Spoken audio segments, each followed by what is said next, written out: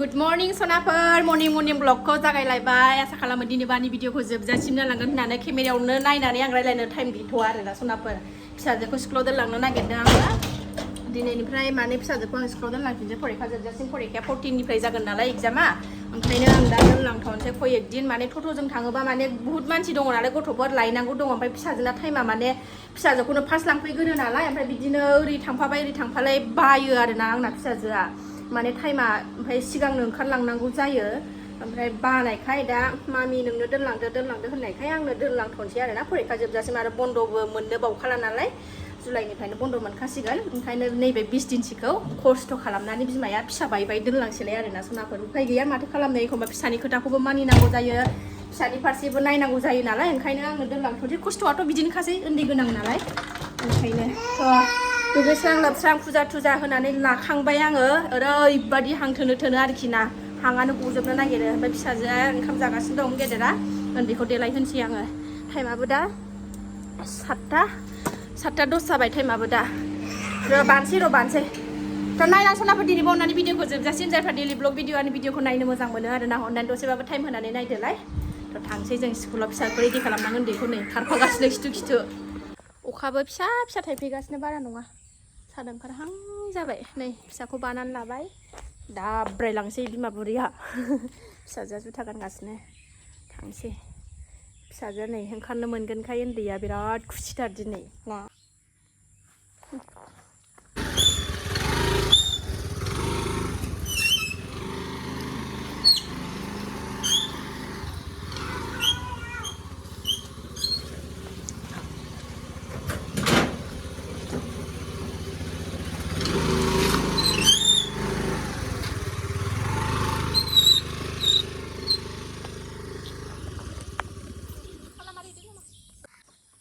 ओंखारबाय नै फिसाजोआ थाला मारिदों बे हाब्रुबा सान्दुं दुंबाथाय जि मोनामहोयो न' सिङाव खोरखिजों हब हाबजोबो थानोनो हाया धुना सावै धुपखाथि सावैसो थानांगौ जायो थांगोनसै जोङो फिसा साथामजों गिखावलायबाय जोंहा थान्दा मोजांथार बोथोरा अखा फ्रि हादों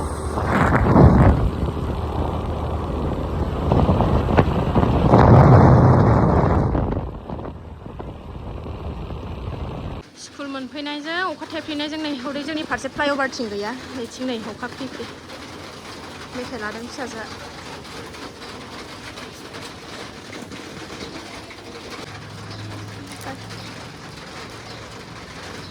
फिसाजोआ हाबहैबाय स्कुलाव ओमफ्राय जोंहा नै थाथ'नांबायसो अखा हानानै ओरै रोजाथार एसे अखायानो गथ' लानायना थांजाथ'ला जेने थेने न'आव सफैफिनबाय सनाफोर जोङो अखायानो फ्रि ओमफ्राय गारि फ्रि बारा बुरजाद्रायबो नङा ओमफ्राय गारि सालायबा सिबस'नो ना एसे सिबोबाय गथ'आ दासो मैयासो ओरैनोबा दाख्लैफोरसो लोमजागारदों मैयाफोरसो लोमजागारदों एसे आरो खर'आ सिबोबावबाय मेथाइ जागासिनो दं नै फिथा लाबोदों साहा फुदुंनानै लोंसै फिसाजोखौल' जाहोहरग्रोदोंमोन आं हास्लाबाखै जानो एबार हांगबनोसै ओरै साहा फुदुंनानै लाबायबो आङो नै साहायाबो गोदौबाय ओमफ्राय नै लाबोलायबाय जाखावरानिया बिखा दाउ बिखा लाबोलायबाय ओमफ्रायो बिखाया थोजोबामोन नालाय ओमफ्रायो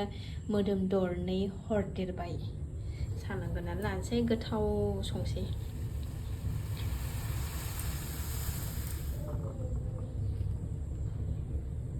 हारसिं नालाय आं ओंखायनो बे टिफिन फिसायाव फुदुंनो मोजां मोनो आङो नै गाइखेर साहा कापसे बा नै गोजामसो गंनैल'सै दे खाबा बायै ओमफ्राय दिनै आलासिफोर माखासे मानसि गैदेराना फिसाफोर गैदेरा ओंखायनो खाबाव लोंनो मोनसिगोन आरोना नङाबाथ' बै जौ लोंग्रा खाबावसो लोंनांगौमोन फिथा थाइसे लाबाय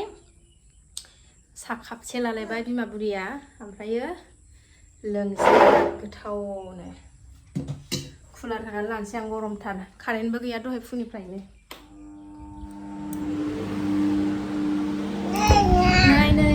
कारेन्ट गैयाना ओमफ्राय इनभाइटारजोंबा बिराद शब्दसिन जायो माबाया कुलारा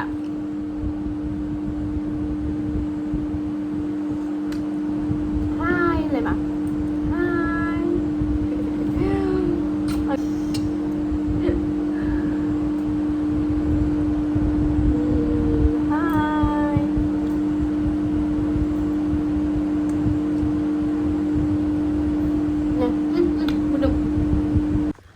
साहाबो लोंखांबाय सनायाबो दुगैखांबाय होनदो बिमाया सिलायाव जि लामहैबाय मैयानि बासिया जि दंमोन नालाय गावहाबो थांफाबाय दैस्लुं गोजा फिस्लाना सिलाया जालदाम गोलैहैबाय थुखैया नंदोंमोन आं गागोदानखाय हनै थुखैनांलायबाय खानदुलिखौ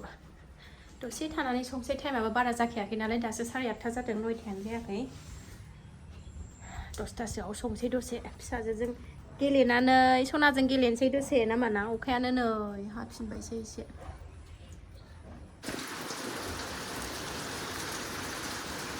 दसेनो नै जि ज्राम ज्राम हालायबाय फिसाजोजोंबो दसे गेलेखांबाय ओमफ्राय अखायाबो एसे गारहांबाय आरोना ओमफ्राय फिसाजो आंना कार्टुन नायगासिनो दं जनिखौ नायो आरोना जनिखौ होनानै होबाथाय बिराद नायो माबायदि उन्दुलायनानै नायदों ओंखाम ओंख्रि संनो जुरिजेनलांसै आं लासै लासैनो 10:00 जाबाय टाइमाबो ओंखाम उखैयाखै फिथा जानायखाय दसेनो हायो दसेनो गारो कारेन्टबो गैया दाबो फैयाखै कारेन्टआनो संसै आङो ओंखाम ओंख्रि रेडि खालामसै पियास हानानै लागोन सनाफोराव आङो पियास दरब्रै लाबाय बानलु एसे लाबाय सामब्राम गुफुर दरसे लाबाय जिरनानै लागोनसै थाब थाब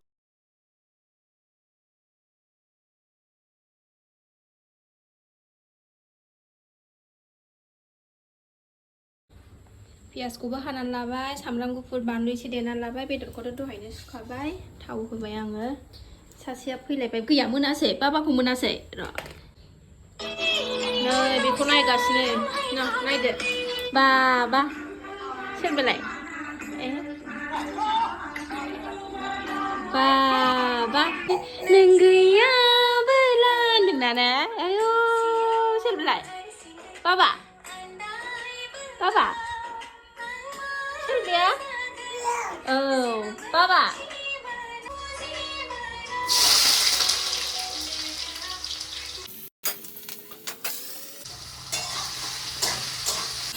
बेदरखौ एवबाय नै आङो सामब्रामखौ आं बारा खामहोआखै मानो होनबा आं बेखौ एवफ्रामथारखागोन नालाय गोबावनो ओमफ्राय दा सामब्रामा नङाबा एवग्रोनानै खामहोनानै लाग्रोबा बांद्राय खामद्रायलाय बोरैबा खालिले मोनजायोना ओंखायनो एसेल' ओरैनो हरग्रोनानै समानैनो एवफायो आरो दा एवैनो दा बेबो खामलांजोबखागोन नालाय सामब्रामाबो ओंखायनो माने जा जि संनाय आं बेबायदि संनानै मोजां मोनो सब बयनिबो संनाया एखे जाया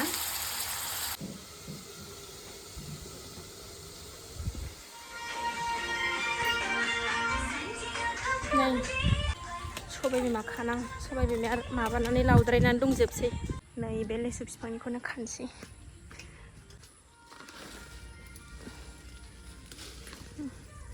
नैबेनो जोंनो बोथिसे थाङो बिमा फिसा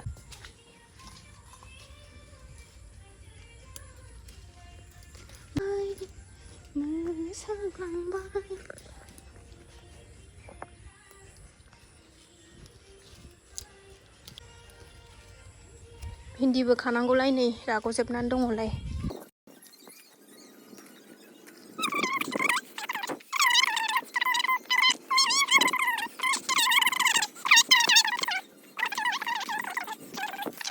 नै जा बुरजा मोनबाय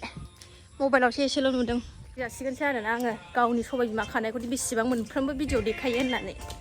थ' माथो खालामनो सनाफोर भिडिअआनो बेनोबा न'आव मा खालायो मा खालाया बेखौनो देखायखानांगौ नालाय ब्लग भिडिअ नालाय डेलि ब्लगार नालाय मा खालाया बेखौनो देखायो आरोना सनाफोर गाज्रि दामोन नै बुरजा मोनथारबाय गोलाव गुसुं मा साइजनि नायनो दा थांनाय जायोबा बिखुनजोनो माखासे हैनोसै आङो न'आव गायदोंना गायदों एसे फैसाबो बासिदों आरोना सनाफोर न'आवनो खालामनानै मोनजादों नालाय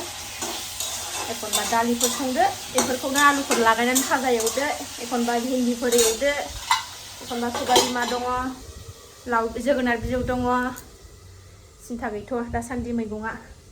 आरो मैथा जानोबा मैथा बाथोन मैथा बांगाल जानोबा मैथा बांगाल दंस'आबो आरोना बिदिनो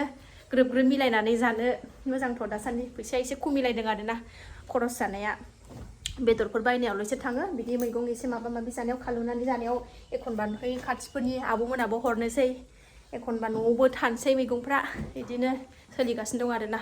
बारा खरस जानाय मोनलायलायाखै आंहा एबार माने मैगं गायनायनिफ्रायनो आरोना थाफैजेननायनिफ्रायनो गायखादों नालाय मैगंखौ बेहाय जेला थाफैजेनदों हेला बोसोरनिफ्रायनो गायदों ओमफ्राय भारा थानायावबो गायोमोन आरोना जायगाया जोंहा भारा थानायावबो गुवारखामोन नालाय जोंहा मोननै जायगा भारा थादों नालाय गामिनिफ्राय फैनानै हादान भारायाव खनसे ओमफ्राय बै बड'सा बेंक कल'नि होनायजों खनसे थादों नालाय जायगाया गुवारखामोन ओमफ्रायो बै हादान भारायावबो गायनानै जाखायोमोन आङो ओमफ्राय नैबे दा बड'सा बेंक कल'नि होननायावबो गायनानै जाखायोमोन आरोना आं बिदिनो भिन्दि दुन्दिया आरिफोरखौ गायनानै जायोमोन ओमफ्रायो बेहा न' मालिक मादैमोनाबो गायनानै जाखायोमोन नालाय बेखौनो हरजोबोमोन आरोना बायनो नाङानोमोन मैगंखौबो बेहाय थाबा बिराद अनोमोन आरोना बे मादैमोना बड'सा बेंक कल'नियाव थानायाबो फिसा बायदि अनोमोन आंना बोरैया फैबाथाय एकदमबारे बिजामादै असे बायदि नारजि जाहोलाय अमाजों अमा गोरानजों अमा बिथै बिदिनो माने जौ गोरान संलायलायनानै मानानै बिदि बिराद अनोमोन आरोना गावनि फिसा असे बायदि बिजामादै असे बायदि अनथारोमोन आरोना मादैमोना बिराद खेल लायोमोन दा भारा थानायावनो थायोमोनबा बे सनाखौबो फेदेरनासो होबावगौमोन आरोना दा हारसिं थाफैनानै खस्थ'सो मोनबावबाय बेहाय थानायमोनबा बिराद अननायबो मोनबावगौमोन आङो हेल्पबो मोनबावगौसोमोन आरोना बिराद माने आंना बोरिया सुथि फैबाथाय बिदिनो मा जानो मा मानो साइज जाहोहरजोबो आरोना बिदिनो अनला मेवाइ ओमफ्राय मेवा बोथोराव मेवा बिदिनो एम्फौफोरजों माजों बिराद मा संनानै जाहोयोमोन आरोना जौ गोरान गिसि लोंनो ना मानो फैबाथाय माने बिराद अनोमोन जाहोहरोमोन दाबसेयाव थानाय नालाय गावहाबो बिजामादै दंखायो नालाय मादैया मिथियो गावनि फिसा असे बायदि अननानै जोंखौ बिराद माने माबानानै लायोमोन आरोना अनोमोन आरोना गावनि फिसा बिजामादै असे बायदि बिदि अननाय होयोमोन मोनसेबो बुस्थु जाखोमायामोन ओंखायनो जोंबो जाखोमायामोन आरोना आंबो हरजोबोमोन एसे एसेबाबो रानलायलायनानै जायोमोन गामिनिफ्राय माबा बुस्थु लाबोबाबो आंबो हरनोसै गावस्राबो हरनोसै बिदिनो मिलायलायनानै थायोमोन आरोना बिराद अनोमोन मादैया रायलायला ओंखामाबो जाबावबाय नै बेदरखौ अर फिसा होनानै संगासिनो दं आङो हाखा दावराव संबाथाय थावा ना मोन्दो अर फिसा होनानैसो एवबाय थायो आङो आंना फिसायावबा थांनो नागिरबाय बेग बानायलायनानै आयु मालाय नुवाखै बेग हरनानै लालायलायबावबाय बिब'नि प्लास्टिकआव सोखाबाय आङो नै दा थांनाय जायोबा बेलासियाव थांनानै हैनानै फैनोसै ना गावसोर फैयो आंना जेबो होथ'वाखै आं दाबो संख्रिल' होनानै सामब्रामल' होनानै एवगासिनो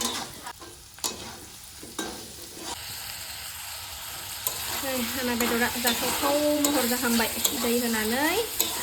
गोदौहोनोसै एसे दै सारस्रो खेनसेनो बु होबाथाय थावनाय नङा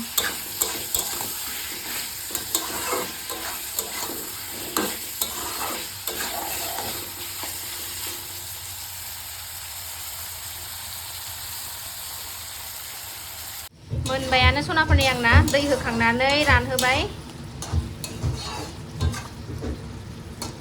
उखुन्दैयानो जेबो सिनायला खांसै जाबाय नै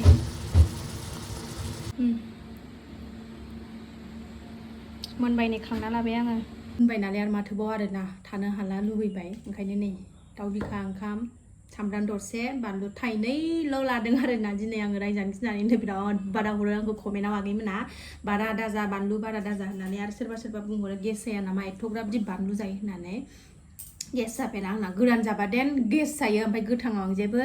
माबा डिस्टार्ब उसुबिदा मोनफेरा आरोना ओंखायनो आं जेबो मोना गोथां जाबाबो बिदि गेस जानाय मानाय मोनफेराखै थ' जानोसै सनाफोर मोनसे दरसे साखिनायनि र' फिसाजो उन्दैनो दौना लाखांबाय आं आलु बाथोन घि आलु रुफादोंमोन नालाय ओंखामाव टाइमाबो 12थायानो जाबाय ओमफ्राय मोनसे खोथा गोसोखांलायबाय नै मिथुआ मिथिनि फिसाया बिराद दाउ बिखा मोजां मोनो खोमा आरोना बेबो दाउ बिखा जाबाय थानाय नुयो आं बिसोरखौबो भिडिअ'आव बिसि फिसाय सानैनिखौबो नायबाय थाखायो नालाय आङो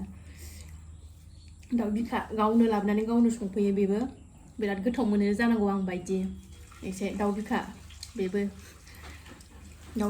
दाउ बिखानि बिफा ओमफ्राय आंहा बिमा जाबाय आरोना दाउ बिखानि बिफासो आरोना बेबो जानाय नुबाय थायो आङो गावनो लाबोनोसै गावनो संसै दा आंबो जानोसै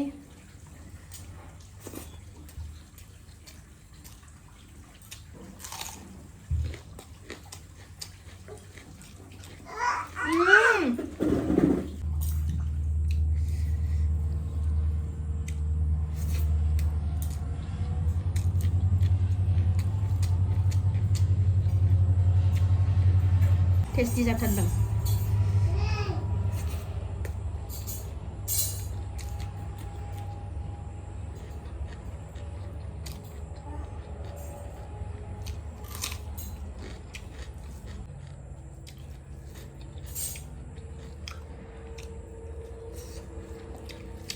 आंहा दिनै सनानि थोरसियाव जादोंहाय सनाफोर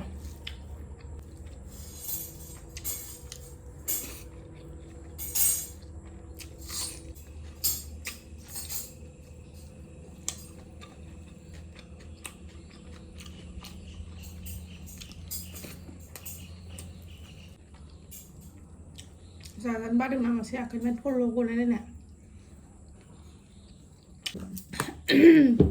आगैमोन आंखौ होनो आब'आ एसे फुंहोदो मोदोमखौ एसे फुंहोदो आं फुंहोआखैमोन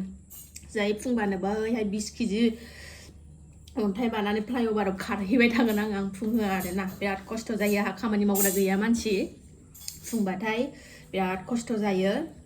मावनो दांनो गोदो फुंखांखानानै सिख्लायाव आङो माबाखाबाय खस्थ' मोनखाबाय ओंखायनो दा फुंनायखौ आंनो नांथारा आरोना थाथों आं खाख्रेब ख्रेबैनो मोजां